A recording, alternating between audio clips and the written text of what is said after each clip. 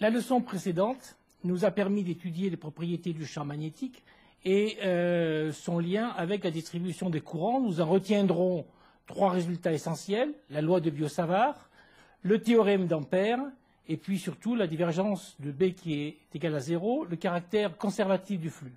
Cette deuxième leçon va nous permettre de définir une autre composante essentielle du champ magnétique, le potentiel vecteur qui est associé au champ magnétique, et ses relations également avec le courant. Le plan de la leçon va donc être le suivant. Cette leçon donc portera sur le potentiel vecteur et le calcul des champs. Et dans une première partie, nous allons définir le potentiel vecteur A associé au champ, son origine, ses propriétés.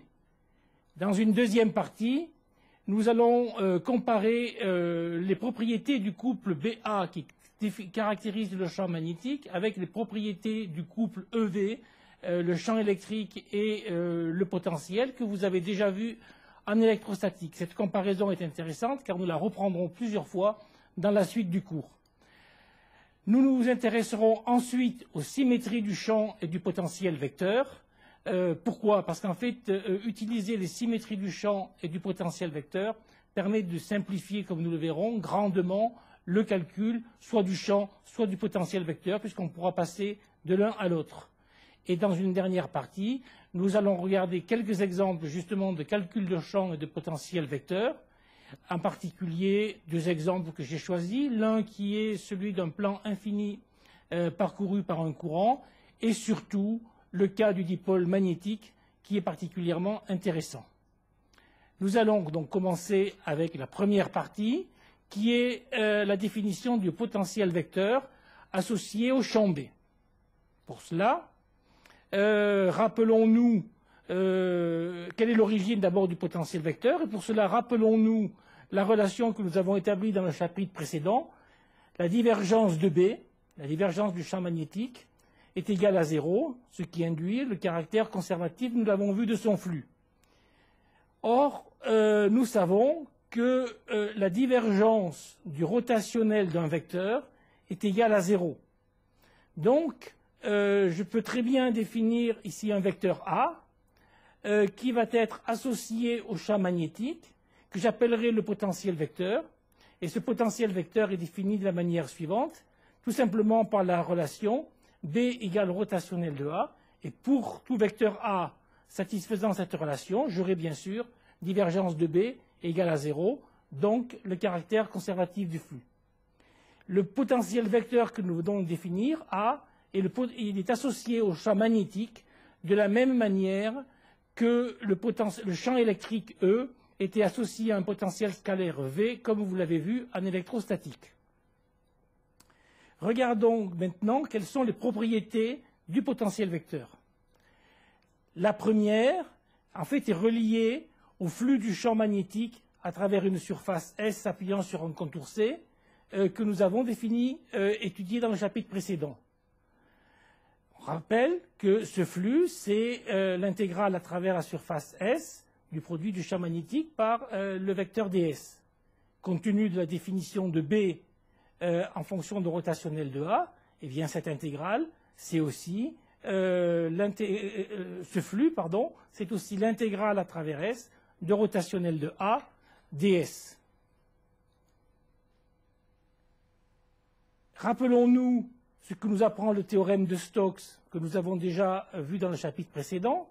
Il permet de relier le flux d'un vecteur à travers une surface, ici ça va être rotationnel de A, avec la circulation de ce vecteur le long du contour sur lequel s'appuie la surface. Je peux donc écrire que le flux à travers S de rotationnel de A ds est égal à l'intégrale sur le contour C sur lequel s'appuie la surface S du produit ADL, ce qui me permet de redéfinir à nouveau le flux du champ magnétique.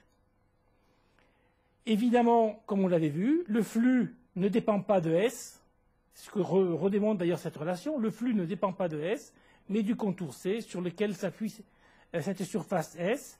C'est à nouveau le caractère conservatif du flux que nous avions étudiées précédemment. Donc, voilà pour la première propriété du champ magnétique, du potentiel vecteur, pardon. La deuxième propriété est particulièrement intéressante et nous la reprendrons d'ailleurs souvent dans la suite du cours. Elle concerne ce qu'on va appeler l'invariance de jauge. De quoi s'agit-il?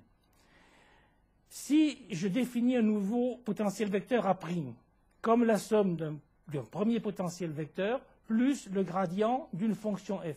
La seule condition dont j'ai besoin ici, c'est que la fonction f, pour que je puisse prendre son gradient, soit dérivable.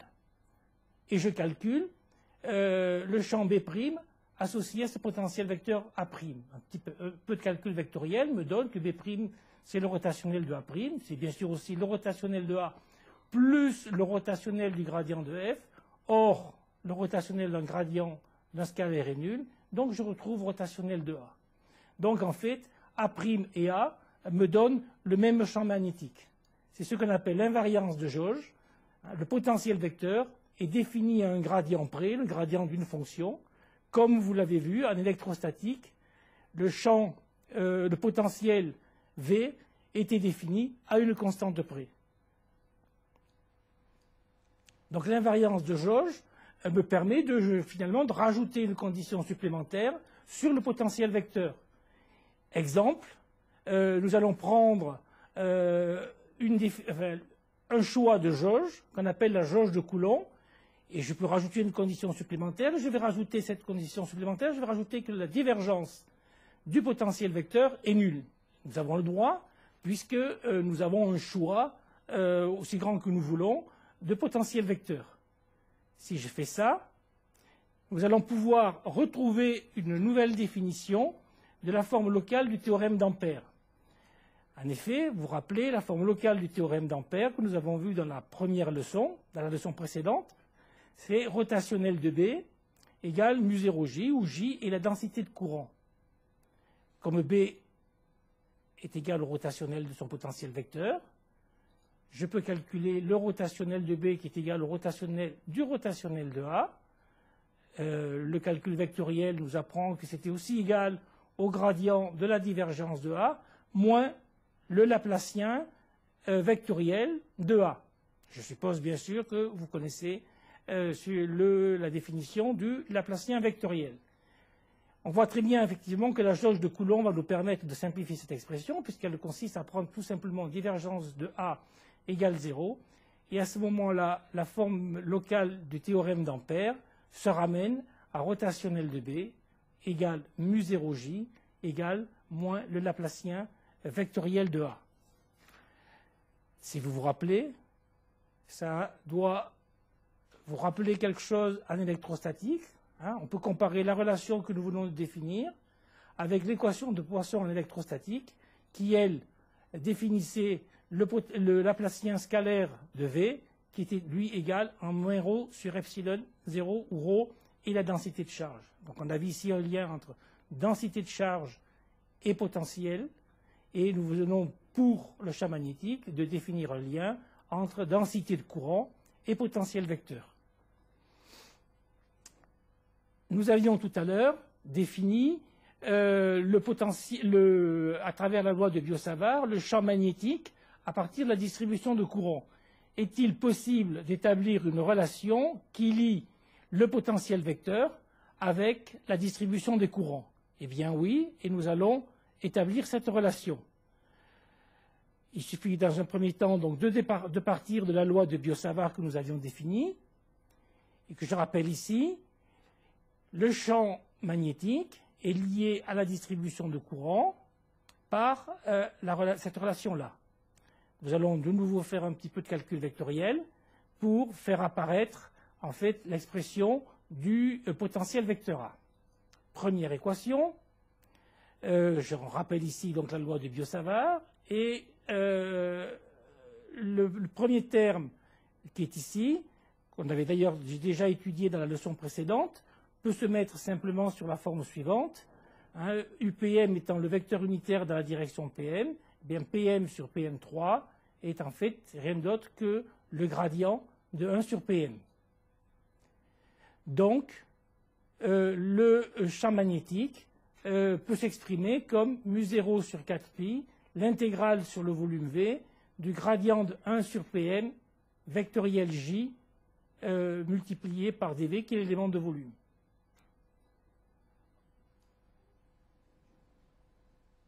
Nous rappelons ici cette relation et nous allons pouvoir l'écrire d'une manière différente en utilisant à nouveau une relation du calcul vectoriel qui me permet d'exprimer en fait le rotationnel d'un vecteur multiplié par un scalaire. Donc, le vecteur ici c'est J et le scalaire c'est 1 sur Pm. Si nous utilisons cette relation-là, j'obtiens la relation suivante où le gradient du produit vectoriel se ramène au produit ici, ici à la définition d'un rotationnel et ici au produit d'un scalaire par un rotationnel. Cette expression-là, en fait, elle se simplifie. Hein, le deuxième terme va disparaître. Pourquoi? Nous l'avons déjà dit dans la leçon précédente, le rotationnel de J est égal à 0, parce que dans le calcul qui est ici, c'est la variable c'est M, or J ne dépend pas de M, donc le rotationnel de J est égal à 0. À ce moment-là, il nous reste donc pour l'expression de Bm, le terme qui est ici, c'est-à-dire que le champ magnétique est égal à mu0 sur 4pi, l'intégrale sur le volume, tout simplement, de rotationnel de J sur Pm dV. Or, eh bien, B, c'est rotationnel de A. Donc on voit qu'à partir de cette relation-là, je vais pouvoir définir une relation qui lie le potentiel vecteur A à la distribution de courant qui est ici. Cette relation est très simple, la voici. Le potentiel vecteur est lié à la distribution de courant par une relation qui est ici, mu0 sur 4pi, l'intégrale sur le volume de J sur Pm dV, qui est relativement simple. Nous pouvons également écrire pour un fil parcouru par un courant. À ce moment-là, l'intégrale sur le volume va être tout simplement remplacée par une intégrale sur un contour et nous obtenons l'expression suivante, A de M, mu0i qui est bien sûr constant sur 4pi, l'intégrale sur le contour C de dl sur Pm. Arrivé à ce stade, nous avons défini les propriétés du champ magnétique et de son potentiel vecteur, du couple BA, et comme nous l'avons dit tout à l'heure, il serait intéressant de comparer ces propriétés du couple BA avec celles du couple EV que vous avez, le champ électrique et le potentiel que vous avez étudié en électrostatique. C'est ce que nous allons faire rapidement maintenant. Donc si je compare les propriétés de E et V et de B et A, voici les relations que nous avons déjà établies dans les cours précédents, donc les cours d'électrostatique et les 2 cours précédents de magnétostatique. On constate que l'intégrale sur un contour C du champ électrique est nulle, à la différence de l'intégrale sur un contour C du champ magnétique, qui est le théorème d'Ampère, elle reliée au courant. Par contre, le flux à travers une surface S du champ électrique n'est pas nul, il est relié à la présence de charge, alors que le flux du champ magnétique S, lui, on l'a vu, est conservatif et nul. Conséquence, le rotationnel du champ électrique est nul, ce qui n'est pas du tout le cas du rotationnel du champ magnétique, forme locale du théorème d'Ampère. La divergence du champ électrique est reliée à la densité de charge ρ sur epsilon, alors que la divergence du champ magnétique, elle, est nulle. Les relations de conservation des champs électriques et magnétiques ne sont pas tout à fait les mêmes. Hein, les composantes, on l'a vu, les composantes normales du champ magnétique sont conservées et les composantes parallèles du champ magnétique dépendent de la distribution de courant. Par contre, pour le champ électrique, les composantes parallèles du champ électrique sont conservées et les composantes normales du champ électrique dépendent de la présence d'une densité superficielle de charge éventuelle. On continue. Le champ électrique dérive du gradient d'un potentiel, le potentiel V. Le champ magnétique dérive ou est associé à son potentiel vecteur par la relation B égale rotationnel de A. Le Laplacien de V est égal à moins ρ sur epsilon. Le Laplacien vectoriel de A est égal à moins mu0j. Évidemment, c'est si ici nous avons utilisé la jauge de Coulomb. Donc on voit une forte analogie, sans qu'il y ait strictement identité, entre les relations entre E et V et entre B et A. Et puis, le potentiel électrostatique peut se calculer à partir de la densité de charge par cette relation-là que vous avez vue en électrostatique, et nous venons d'établir celle-ci pour le potentiel vecteur. Cette comparaison, nous la reprendrons plus tard quand nous aurons complété en fait les relations qui existent entre E et V et B et A en étudiant les équations de Maxwell. Mais nous en savons suffisamment maintenant pour essayer de nous intéresser à, dans un ou deux exemples, un calcul du champ magnétique et du potentiel vecteur. En fait, ce calcul est grandement simplifié si nous nous intéressons aux symétries du potentiel, et aux symétries du champ et du potentiel vecteur. Donc nous allons d'abord étudier ces symétries, et ensuite nous les utiliserons dans les deux cas qui nous intéressent.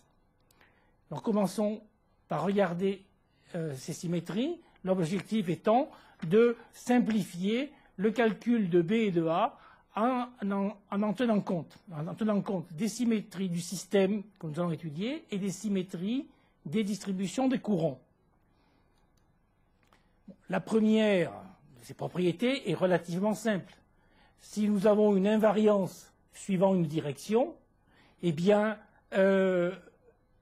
l'invariance du champ magnétique et du potentiel vecteur existera également suivant cette direction. Les autres propriétés sont des propriétés de symétrie. Elles sont plus subtiles. Commençons par étudier la symétrie par rapport à un plan. Voilà, nous avons ici donc un plan qui est un plan de symétrie.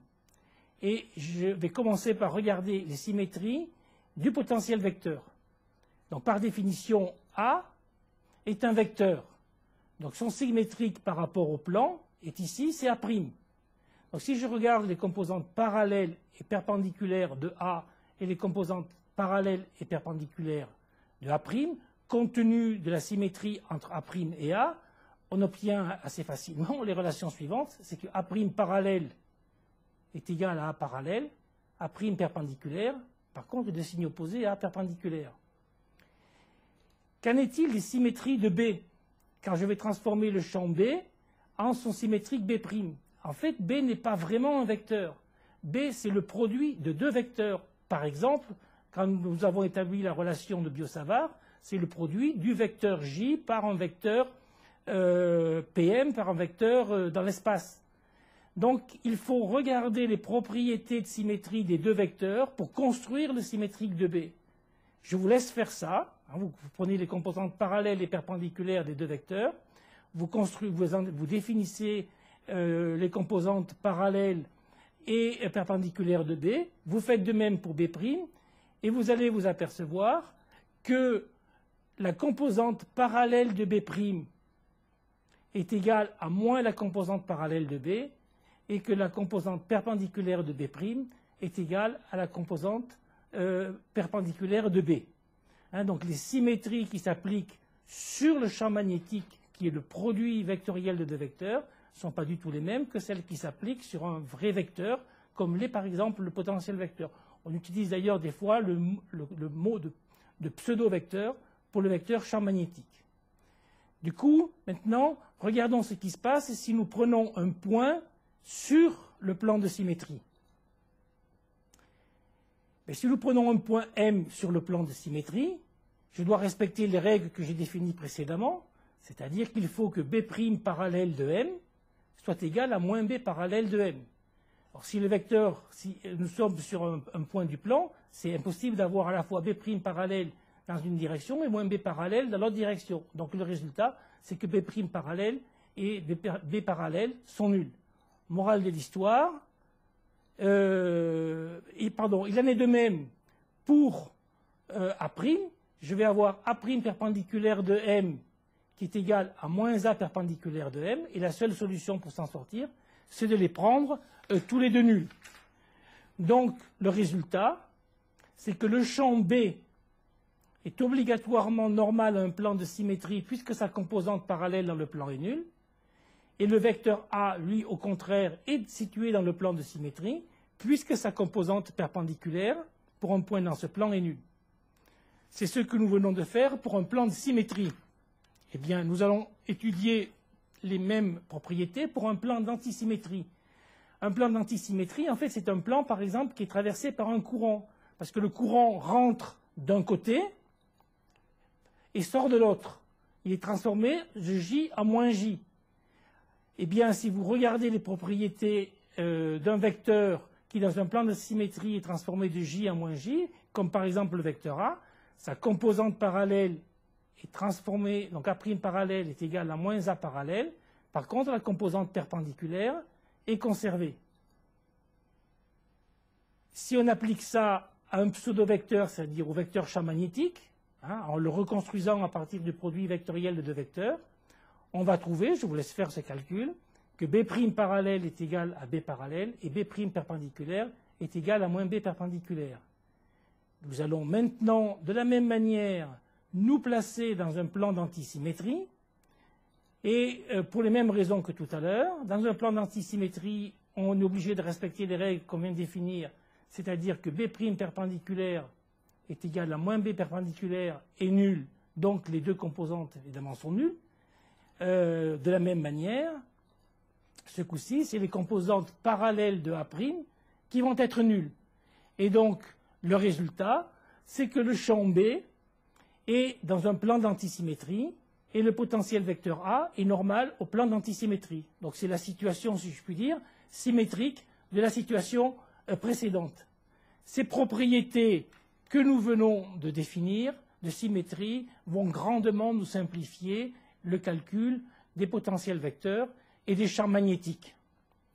Et nous allons donc maintenant nous intéresser à deux exemples de calcul de champs et de potentiels vecteurs.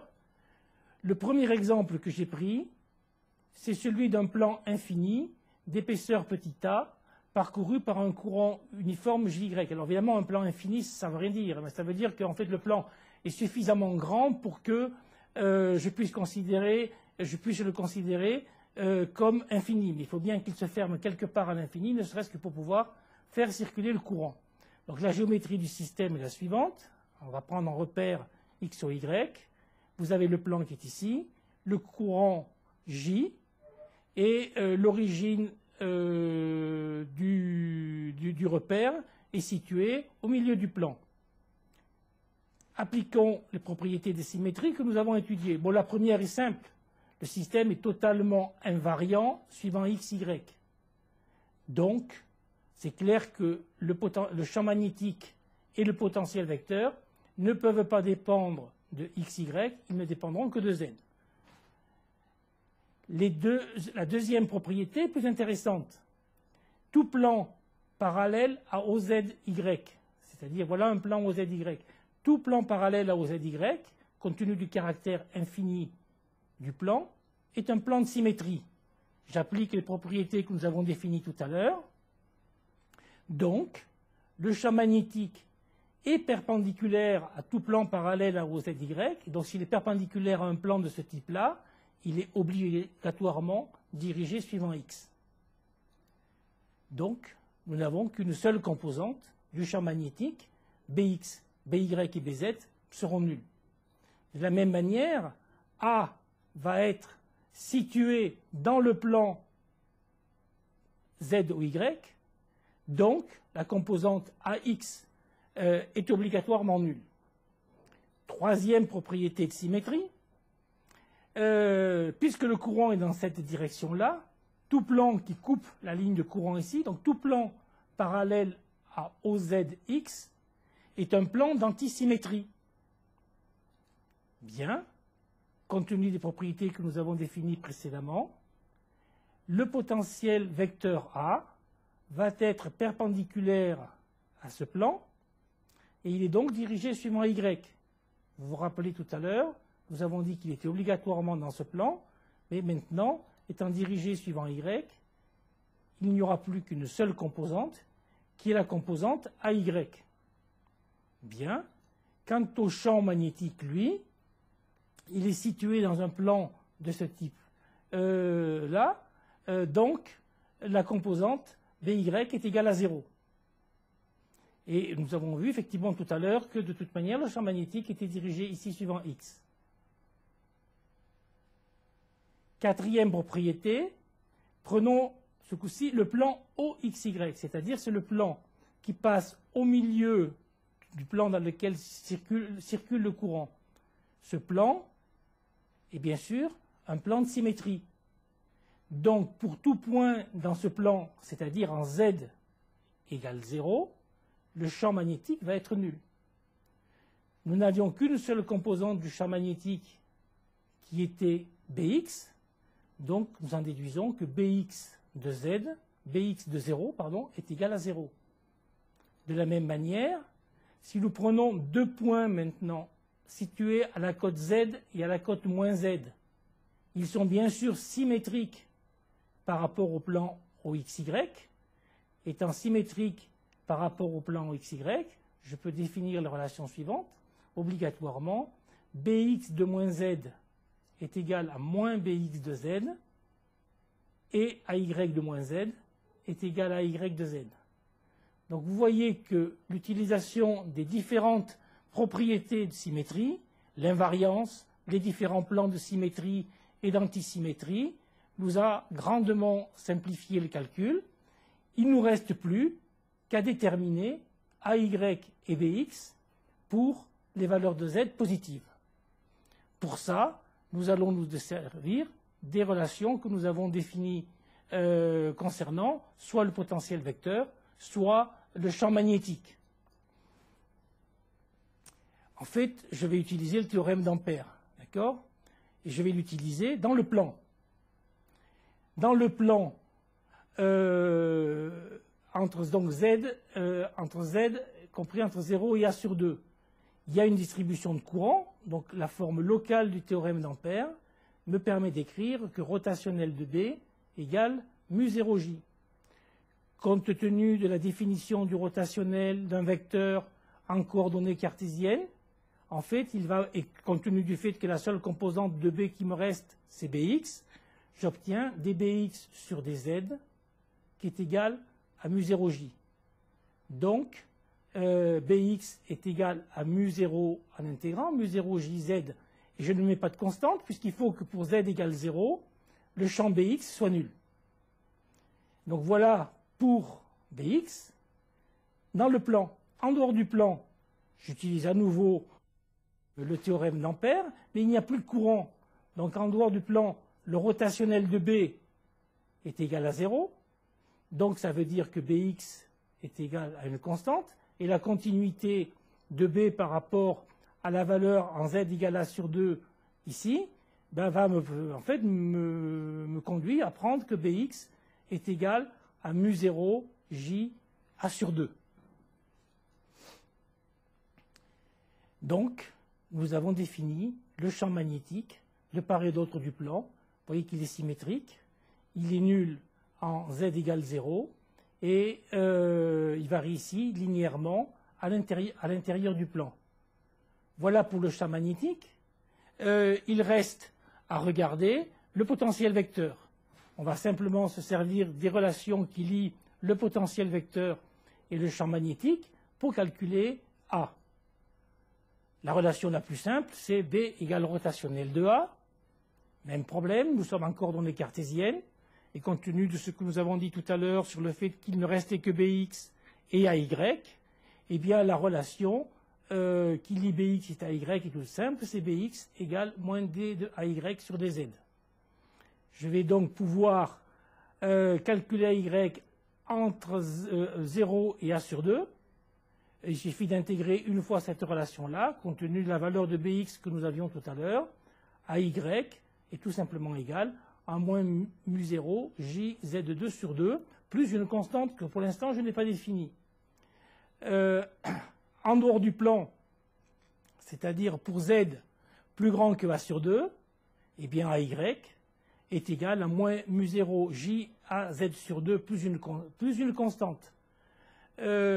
Pour résoudre, lever l'incertitude sur la constante, j'ai en fait le choix entre plusieurs valeurs. On retrouve ici d'une certaine manière l'invariance de jauge. Bon, on va prendre tout bêtement AY de 0 égale 0. Et à ce moment-là, on voit bien ici qu'il y a une continuité de toute manière en Z égale A sur 2 entre les deux expressions de AY. Et vous obtenez la courbe suivante pour le potentiel vecteur AY en fonction de Z. Ici, quelque chose qui est linéaire. ici quelque chose qui est quadratique, nul en z égale 0, etc. Donc l'exemple que nous venons de traiter est très intéressant parce qu'il nous a permis, en utilisant les propriétés de symétrie, de simplifier grandement les calculs et d'arriver à une expression du potentiel vecteur et du champ magnétique dans cet exemple qui est un peu un exemple d'école. Parce que des plans infinis parcourus par un courant, ça n'existe pas vraiment. Mais si le plan est suffisamment grand, les expressions que nous avons établies restent valables. Nous allons maintenant nous intéresser à un deuxième exemple qui, lui, est beaucoup plus intéressant, un petit peu plus complexe, mais surtout beaucoup plus intéressant par la suite. Il s'agit du cas d'un dipôle magnétique. Et donc, le dipôle magnétique, c'est quoi? C'est une boucle de courant parcourue par un courant I, et nous cherchons à calculer maintenant le champ et le potentiel créés par cette boucle de courant. À ce moment-là, nous allons utiliser l'expression du potentiel vecteur. On va voir que c'est beaucoup plus simple de commencer par le potentiel vecteur et d'en déduire le champ magnétique, alors que tout à l'heure, nous avions commencé par le champ magnétique et nous en avions déduit le potentiel vecteur. On va commencer donc par calculer le potentiel vecteur qui, puisqu'on a une distribution de courant filiforme, s'écrit de la manière suivante. On l'a vu, mu0i sur 4pi, l'intégrale sur le contour de dl sur pm. Pour calculer cette expression, regardons d'abord quelle est la géométrie du dispositif. Donc, j'ai pris ici un repère orthonormé, x, o, y, z. Vous avez la boucle de courant qui est ici, qui est parcourue par le courant I. Le rayon, c'est petit a. Je cherche à calculer le potentiel vecteur ici à un point A, à une distance r, et définit aussi le point M par un angle θ et un angle φ. Bien évidemment, quand on regarde ça, les bonnes coordonnées ce coup-ci sont des coordonnées sphériques r, θ, φ. Si j'utilise maintenant les propriétés de symétrie, la première, évidemment, c'est l'invariance par rotation de tout ça autour de OZ. Si je tiens compte de cette invariance de rotation autour de OZ, ça veut dire que les composantes de A et de B ne dépendent que de R et de θ et ne dépendent pas de l'angle φ qui est ici. Bien. Deuxième propriété de symétrie, c'est une symétrie de révolution. Et tout plan, ici M au Z, à ce moment-là, est un plan d'antisymétrie. Pourquoi? Parce que vous voyez que pour tout plan M au Z qui est ici, ou celui-ci par exemple, eh bien le courant le traverse, donc le vecteur définissant le courant est transformé en son antisymétrique. Donc si tout plan M au Z est antisymétrique, on applique les propriétés que nous avions définies tout à l'heure. A va être perpendiculaire à tout plan M au Z, et à ce moment-là, il se réduit uniquement à la composante A phi. Il n'y aura pas de composante dépendant de R ni de θ pour le potentiel vecteur, à une composante A phi qui ne dépend que de R et de θ. C'est cette composante que nous allons maintenant calculer. Alors pour cela, je vous laisse faire un petit peu de calcul, etc. Si je prends ici un élément dl sur le cercle, sur la boucle de courant, que je reprenne son symétrique ici par rapport à x, en fait on va s'apercevoir que les deux projections suivant x s'annulent, et par contre les deux projections suivant y se rajoutent. Je vais donc les rajouter, elles dépendent de cosinus phi, et on démontre assez facilement que dans ce cas-là, la composante A phi s'écrit de la manière suivante, mu0 IA sur 4pi, somme de 0 à 2pi, de cosinus phi sur R' des phi.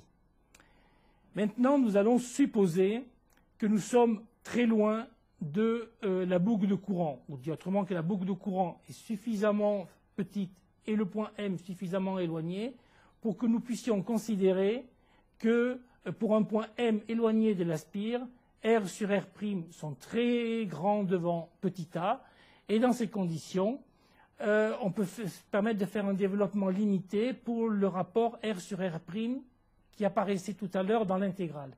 Il est égal à une première approximation à 1 plus A sur R cosinus psi. Donc, l'expression de A phi prend la forme suivante. Je vous laisse faire les quelques lignes de calcul nécessaires. Compte tenu de la définition des angles sur la figure entre psi, θ et phi, je peux définir la relation suivante, cosinus psi qui est égal à sinus θ cosinus phi. Et finalement, il ne me reste plus qu'à intégrer sur phi ici un terme en cosinus carré qui va apparaître. Et l'intégrale faite, j'obtiens finalement l'expression suivante pour la composante azimutale du potentiel vecteur, mu0 i pi a2 sinus θ sur 4pi r2. Il est intéressant de l'écrire d'une autre manière. Pour ça, je vais définir ce qu'on appellera le moment magnétique grand M d'une spire de surface S parcourue par un courant I. C'est la spire que nous avions tout à l'heure. Ce moment magnétique grand M, qui est un vecteur, est donc le produit du courant dans la spire multiplié par la surface orientée définie par cette spire. Eh bien, compte tenu de la définition de la surface et de l'expression de A que nous avons établie tout à l'heure, la surface, ça sera pi A2 par exemple, on peut établir de manière beaucoup plus générale une relation générale pour tout circuit plan, pour toute boucle de courant. Cette relation générale, la voici. Elle définit le potentiel vecteur comme le produit vectoriel du moment magnétique multiplié par R, qui est la distance entre le point où l'on observe le potentiel, où on mesure le potentiel vecteur, et la spire. A, c'est mu0 sur 4pi, le produit vectoriel de M par R, divisé par R3. Nous avons calculé A, il faut calculer B. Là, nous allons refaire un peu de calcul vectoriel. B, c'est le rotationnel de A, donc c'est mu0 sur 4pi, le rotationnel du produit vectoriel qui est ici. Une des relations du calcul vectoriel me permet de transformer le produit vectoriel, le rotationnel du produit d'un scalaire par un vecteur à une expression qui est ici. Je vais l'appliquer ici. Et je peux, à partir de là, je vous laisse faire le calcul, montrer que le champ magnétique prend la forme suivante. Bien, maintenant, on va calculer les différents éléments. Le premier, c'est le rotationnel du produit vectoriel de M par R. Compte tenu des propriétés du produit vectoriel et de la définition du rotationnel, on démontre aussi aisément que cette expression du rotationnel se ramène tout simplement à 2 fois le moment magnétique. Tout ça pourquoi? Parce que le moment magnétique est quelque chose d'uniforme et finalement ça simplifie le calcul du rotationnel qui est ici. De la même manière, le gradient de 1 sur R3, on démontre aisément que c'est aussi tout simplement moins 3R sur R5, puisqu'en dérivant R3 ici, j'aurai un terme en R sur R4. Compte tenu de ces deux relations, l'expression de B que j'avais tout à l'heure prend la forme suivante. mu0 sur 4pi 1 sur R3, 2 fois le moment magnétique et le double produit vectoriel qui est ici. Un double produit vectoriel peut s'exprimer d'une autre manière, encore un peu de calcul vectoriel, le double produit vectoriel peut s'exprimer en fonction de produits scalaires. Je vous laisse, à titre d'exercice sur le calcul vectoriel, faire cet exercice-là. Et à ce moment-là, l'expression de B prend la forme suivante.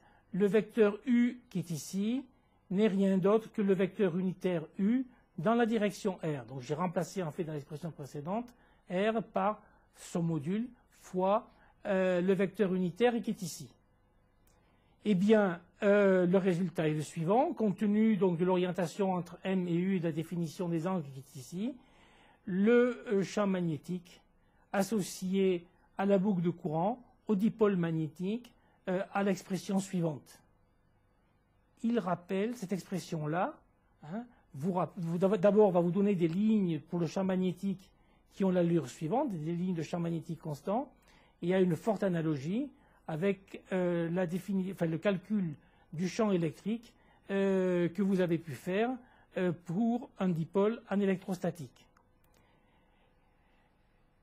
Les calculs que nous voulons de faire peuvent se généraliser assez facilement à une distribution de courant. Là, nous l'avions fait pour un circuit filiforme. Si nous le faisons pour une distribution de courant, l'intégrale sur un contour va être remplacée par une somme sur V, et donc nous obtenons l'expression suivante. Le potentiel vecteur de A est relié à la distribution volumique de courant par une expression de cette forme-là. Et de la même manière, loin de la distribution, c'est-à-dire à une distance r suffisamment grande, eh bien, on va s'apercevoir que le potentiel vecteur peut se ramener à la même expression que celle que nous avions établie tout à l'heure, le produit vectoriel du moment magnétique par le vecteur r qui est ici, où le moment magnétique est défini en fonction de la distribution volumique des courants par l'expression qui est ici. Voilà. Ces relations donc, terminent notre deuxième leçon sur la magnétostatique. Nous avons défini les propriétés de B et de A. Nous avons pu étudier les expressions de B et de A et appliquer le calcul de ce champ magnétique et du potentiel vecteur à des cas relativement simples. Le plus intéressant des deux étant celui que nous venons de voir un peu rapidement, qui concerne le dipôle magnétique. La troisième leçon sera consacrée maintenant à l'étude de l'influence d'un champ électrique et d'un champ magnétique sur une distribution de courant.